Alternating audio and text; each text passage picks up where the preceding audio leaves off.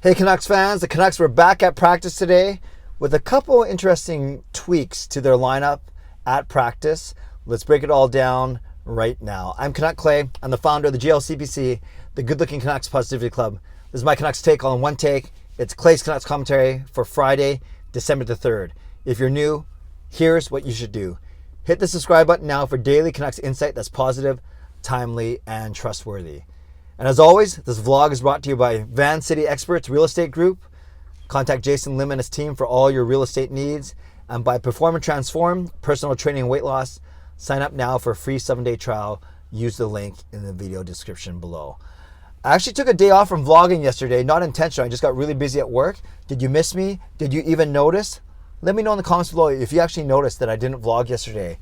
Because if you didn't, that's fine. I will not get my feelings hurt. But after I turn off this phone, I will go cry in the backseat of my car. Let's talk about the Vancouver Canucks. They aren't crying because they've won 2 straight, albeit against Montreal and Ottawa, two of the few teams that are worse than the Canucks right now. But hey, a win's a win, or in this case, 2 wins are 2 wins. Canucks return home for a 6-game homestand. They're at 8-14-2. Now, they are 6 games under 500.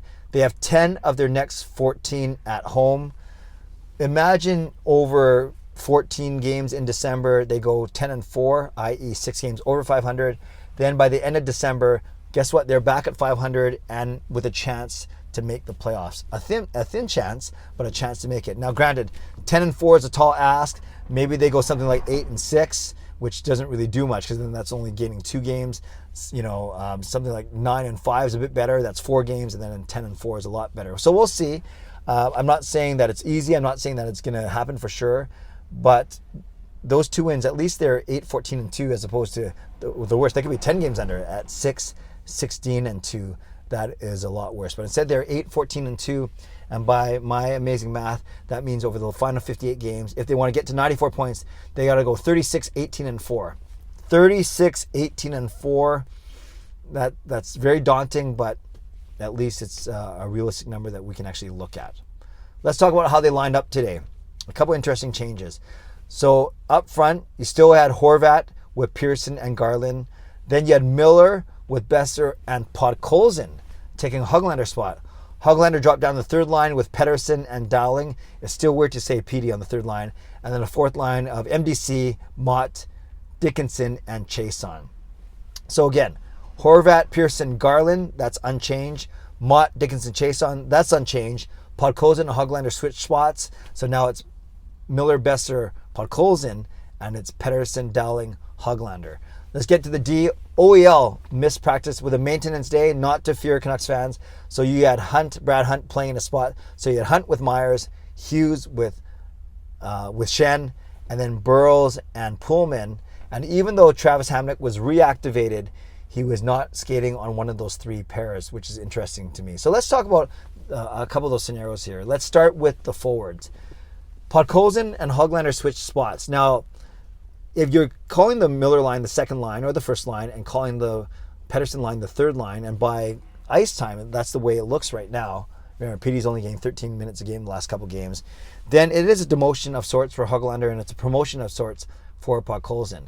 Now, when you look at the stats, Hoglander is much better. It's Hoglander, not Hoglander or Hoglander. Hoglander has much better stats. 5 goals, 5 assists, 10 points in 24 games, whereas Podkolzin only has 5 points in 21 games, 4 goals, 1 assist, only 1 assist in 21 games. So Hoglander has double the number of points in almost equal number of games. So from a true production standpoint, Hoglander is having a better season, but he has struggled a little bit recently, not really noticeable playing with Miller and Besser. But then again, Besser hasn't been really noticeable. Miller's been the only noticeable one of those 3 guys. And Podkolzin has been noticeable and a lot less ice time than Hoglander. Hoglander gets 14.5 minutes of ice a game. Podkolzin only gets 11.5. So he gets 3 minutes less than Hoglander every game. So maybe that explains a little bit why he only has half the points. But I'm excited to see. Podkolzin has played well with PD and Dowling, has done well the last few games. In fact, some of those memorable shifts for Podkolzin when he was with PD and Garland, actually, back in that Chicago game a week ago. But he get a chance to play with Miller and Besser. So I'm happy for Podkolzin. We don't have to get into Podkolzin versus Hoglander comparisons, although at the start of the year, I was the one saying that Podkolzin would try and fight for Hoglander's spot. It didn't happen until now, 25 games into the season. Which reminds me, speaking of his line mates, Besser, what's wrong with him? Only 9 points in 21 games. 9 points in 21 games. So I think a lot of the attention's been put on Petey, but Besser has been as equally unimpressive. So maybe this will be a bit of a change for him, a bit of a spark. We know he needs it.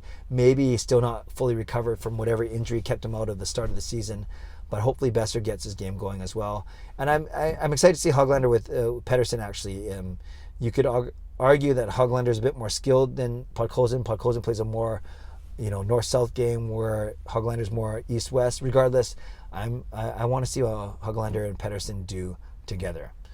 Then on the blue line, Travis Hamonic, even though activated because back in Canada, recovering now from his second vaccine shot, I'm not sure if he's going to get in the lineup. He could very well get in the lineup. Travis Green might change his mind, and he usually plays with Hughes, but Hughes and Shen have been really good. Well, Hughes had 4 assists last game, and Shen had his first goal. So maybe you don't want to break those guys up right now. Then do you bring in Hamonic in the third pairing with Burrows and sit Pullman? I'm not sure. So we'll see what happens tomorrow, but I do like Hamonic more than Pullman. I just don't know if Travis Green will make that change. And like I said, OEL with a maintenance day, so nothing to worry about there. So Canucks fans, want to know your thoughts today on this off day from a standpoint of, when I lay out 36, 18, and 4, did the Canucks have a hope in heck of doing that?